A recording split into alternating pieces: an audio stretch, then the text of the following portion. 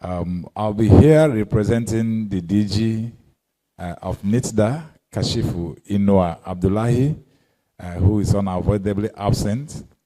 And also want to use the opportunity to appreciate every one of us that have taken time to be here. This is our event. This is our program. We have been a strategic partner with the Division for all their programs in the past, and we will also continue to be a strategic partner. So I want to read the address on behalf of DG Kashifu Inua Abdullahi. Like I said, who would also love to be here, but unfortunately couldn't be here at this time. Distinguished guests, respected industry leaders, innovators present here, young minds, and fellow Nigerians. I say again, good morning. It is a profound honor to address this distinguished gathering at the Lagos Future Conference 2025, a platform that embodies vision, ambition, and possibilities.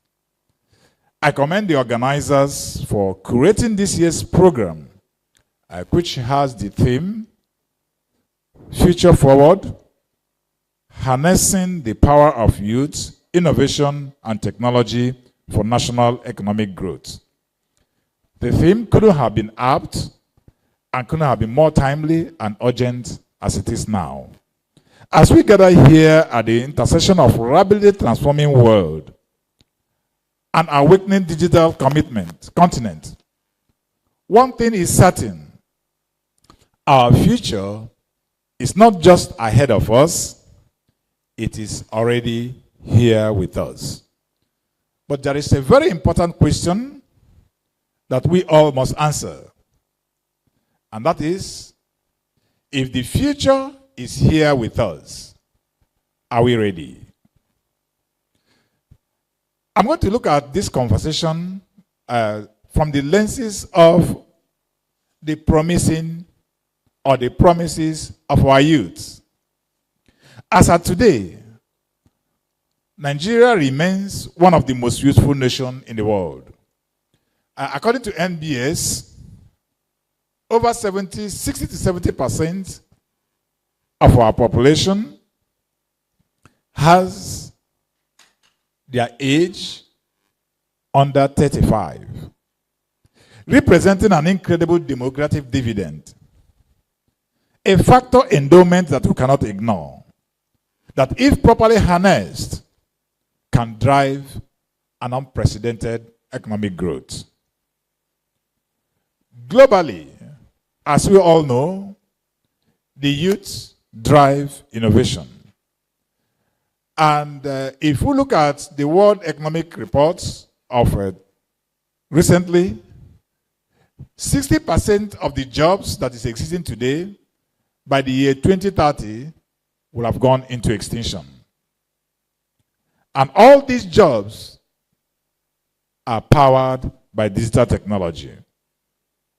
In Nigeria, our youth has already demonstrated resilience. They've demonstrated creativity, from fintech innovation to global tech giants, powering startups and digital enterprises. We at NITDA, we see these young Nigerians not just as the beneficiaries of technology, but the architects of our digital future. Across the tech hubs in Yaba, getting to the software labs in Abuja, to the innovation clusters in Kaduna State, and the blockchain communities in Port Harcourt, we see young Nigerians build startups, design world-class solutions, challenge the outdated systems, and query the existing processes. In 2024 alone, we have startups in Nigeria attracting over $1.2 billion in revenue or capital funding, placing Nigeria firmly as the leader of tech ecosystem in Africa. But one more than important than that, it's not just the funding, but the spirit, the audacity to dream, to build, and to reimagine. These young Nigerians are not just users of technology. They are creators. They are pioneers. Increasingly, they are global competitors. You can see the role of technology. You can see the role of innovation. As it stands today, innovation is not just a luxury. It is an absolute necessity. The technology we have today is not just a sector, but it's the backbone of every life. From agriculture to healthcare, from finance to education, from governance to security, technology is disrupting the old model and shifting the paradigm. According to McKinsey, digital technology could add close to about $300 billion before the end of this year. I asked the question I asked earlier again, how ready are we to take advantage of this projection? Nigeria has the population. We have the youthful energy. We have the entrepreneurial spirit. The time is now. If we must make the right investment, if we must do the right policy direction, this is the most appropriate time. Again, I need to let us know. Before now, you could have talked about oil. Before now, you can talk about your landmass. But I tell you, innovation is the new oil of today. The fourth industrial revolution, driven by artificial intelligence, big data, blockchain, Internet of Things, and cloud computing, is reshaping the global economy. As of today, African technology startup ecosystem attracted close to about $4 billion in 2024 alone. And according to Patek, with Nigeria accounting 30% of that attraction, there's no investment that's much more than that in a continent. Our startups are solving real-world problems. You can find them in the healthcare. You can find them in the financial inclusion. You can also find them in agricultural productivity. These are innovators who are building Nigerian economic resilience and global competitiveness. You know, as an agency, the National Information Technology Development Agency, under Federal Ministry of Communication, Innovation, and Digital Economy, is fully committed to creating an enabling environment for innovation to thrive. And that has helped us, and that has led to several innovations that were put in place to catalyze the entire ecosystem.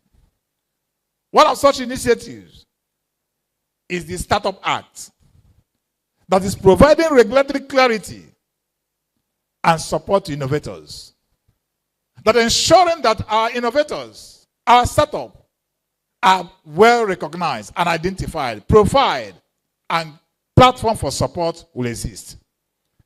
And that's why I want to encourage everyone who has bright mind and ideas, who is a startup, to ensure that he registers through the startup portal to be identified, to be profiled, and to actually be labeled as a startup. That will give you the opportunity to benefit and to have access to quite a lot of incentives that government is providing through the Startup Act.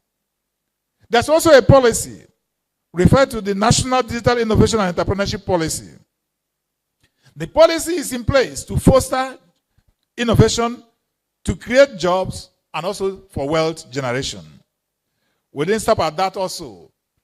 The agency has a program that is bringing all the hub owners together to teach them, to train them, and to empower them. Because we believe that through these hubs, our young people, our youth, our innovators are also encouraged, are also trained, are also empowered. And as a result of that, we have a program we call the Technology Innovation and Entrepreneurship Support Scheme. It's a program that I have set aside across the Federation to ensure that we build the capacity of hub owners, build the capacity of the hub owner to translate the same to those who are actually members or in that community, those who are actually taking advantage of those things that the hub are providing as services. We also have the Office of Nigerian Digital Innovation. And that is the office that provides secretariat for the Startup Act. And this office is the office that takes care of the entire startup across the Federation. They also run different programs, ranging from the iHatch to other programs that are set out to empower the startup, empower the young people, and build the right kind of skills to ensure that our young people take their rightful place to participate and contribute in the digital economy. There's also the National Center for Artificial Intelligence and Robotics. Now, this center is geared towards research and is geared towards supporting the growth of artificial intelligence, which have become the engine of economic transformation across the globe. Not 2 years, just I think last year, just last year, where we had the national AI strategy that aggregated the young minds across the globe, bringing them together to prepare a document that will provide clarity on the direction that the nation itself is going with respect to AI. And that's some of the initiatives that are going on. We also recognize that technology is the engine of growth. In today's world, no nation can grow its economy without embracing technology. The digital economy is projected by IDC to reach $23 trillion by the year 2025. And that shows the contribution. That shows the power. That shows the size of digital economy and what it can do. In Nigeria as a whole, digital economy contributes close about 18.44% to our national GDP as at quarter two of 2024, surpassing oil and gas for the first time. And according to GSMA, Nigeria is expected to add over 40 million new internet users by the end of this year, further expanding digital opportunities in Nigeria. We are witnessing a rapid growth in this sector, in the e-commerce sector, in the health tech, in the agri-tech, in the edu-tech, and more of them. Now, the fintech sector alone has possessed close to about $800 million worth of transaction only in 2024, creating multiples of jobs, attracting foreign investment, and also building a resilient economy. These figures are not just numbers. They are proof that technology can serve as a bridge between Nigeria's current reality and desired economic future. At NIDA, we understand this. And that's why we are aggressively pursuing our vision as encapsulated in strategic roadmap and action plan. And our vision is very clear. We want to make Nigeria an IT-enabled nation, fostering inclusive economic development through technological innovation. And that's our goal. And this vision is focused under 8 pillars. I may not have the time to take us through the 8 pillars. You can go to our website. The document is there. But I'm going to bring out some of the initiatives that are incorporated and encapsulated in this vision. We are very clear in our mandate, we are very focused in our delivery, and we are very strategic in our action. In this vision, we focus on fostering digital literacy and cultivating talent. In this aspect of our vision, we are focusing on ensuring that by the year 2027, 70% of Nigerians will be digitally literate. Now, in doing that also, we have multiplicities of buckets of program. One of such programs is Digital Literacy for All initiative. In that program, our focus and our goal is to ensure that for those in the formal sector, we will train 30 million Nigerians by the year 2027. Now, how do we go about to do that? We are partnering with NYSC. NYSC, we know, have their reach across the Federation, across the 774 local government areas in the Federation. So what we have done now is to partner with NYSC to, in each of the streams, we train 80 champions. So in 4 streams, we train about 480 champions. In that 480 champions we ensure that each and every one of them train at least 2 people in a day across the federation. And that means in a year, we are going to have close about 10,333,000 people trained from the informal sector. Who are those in the informal sector? We are looking at those young boys who are outside, the bus conductors, the traders in the market, and those who are in the churches and the mosques, everywhere and anywhere. Think about this.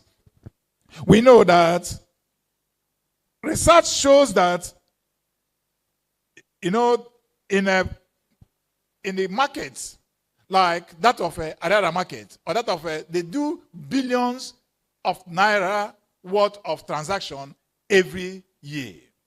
Now the question is, these people who are in this market, their transactions, has it been captured in our digital economy? That's the question we need to ask. So our calculation, our idea is to make digital transaction easy, firm, and across board, inclusiveness. So at the end of the day, we should have been able to define the contribution of digital economy into the entire GDP as a whole. And that's for 30 million for those in the formal sector. We have also taken a step further to ensure that all in our academic institutions, our curriculum is revised and digital literacy is incorporated in our curriculum. This we have done already from primary to secondary school is already established. So by next year, in the curriculum of primary, secondary school, digital technologies, digital literacy will be part of the curriculum. We're also not stopping at that. We are also partnering with NUC to ensure that digital literacy is made a GST course in all our universities. We have started with Nasarawa State already. Nasarawa State University, as at this moment, is running digital literacy as a GST course, and immediately anyone finishes his first year in Nasarawa State University, he gets a certification or certified a certification from Cisco as one who is now qualified to possess, become digitally literate to participate in digital economy. We're not stopping at that also. We are also reaching out to all the civil servants, both federal and state, to ensure that all our civil servants are appropriately trained and they are digitally literate. Because we know, if you look at the 8-point agenda of the Renewed Hope agenda, we know that the first one is what? To reform the economy. If the economy is going to be reformed, then digital literacy must be an anchor of reformation. If you look at the 8th one also, is also to improve service delivery. That's the 8th in the Renewed Hope agenda. The 8th one has to do with what? With improved service delivery. So if service delivery is going to be improved, then we must empower our public servants to become digitally literate so that they're able to contribute their quota in that of digital economy. There are quite a lot of other programs in the 8th pillar that we have in our strategic roadmap of our national plan. But what is more intriguing about it is that the 8 pillars is in alignment with the federal government Renewed Hope agenda, which also has 8 pillars. We don't believe that if federal government is going to achieve its goal as regards to the 8 pillar or Renewed Hope agenda, then digital technology or digital literacy is always the anchor. Now, what is the path of future forward? Let me be clear. The future belongs to the nation that empowers their youth, incentivizes innovation, and embed technology across governance and industry. This is why being future forward is not just a buzzword. It is a strategic imperative. It means investing in digital education at all levels, so that every child in Nigeria, regardless of location, regardless of gender, should have access to 21st century skills. It means creating safe and enabling environment for startups through regulatory sandboxes, tax incentive, and access to capital. It means building tech infrastructure, not just in cities, but in rural areas, so innovation is democratized. It means ensuring that women and girls are fully included in digital economy, because no nation can grow by leaving its high population behind. In 2025 and beyond, data is the new oil. Innovation is the anchor. Code is the currency. And innovation is the new infrastructure. We must stop exporting talent only. We should also export solutions. Nigerian-built platforms, AI tools, fintech models, agric innovation that solves Africa and global problems. Now, in all this, the imperative of partnership, I'll soon end. To fully unlock the potential of youth, innovation and technology, collaboration is non-negotiable. The government must continue to provide policy support and enable infrastructure. The private sector must invest in building scalable solutions. The academia must recalibrate curriculum to prepare a digital-ready workforce. International partners and investors must continue to see Nigeria as a hub for Africa's digital transformation. We must also work collectively to ensure inclusivity, ensuring women, persons living with disability, and the underserved community are fully integrated into the digital culture. Now, before I round up, just a few minutes before I round up, NIDA is doing quite an elaborate program which I want to encourage every one of us to be part of.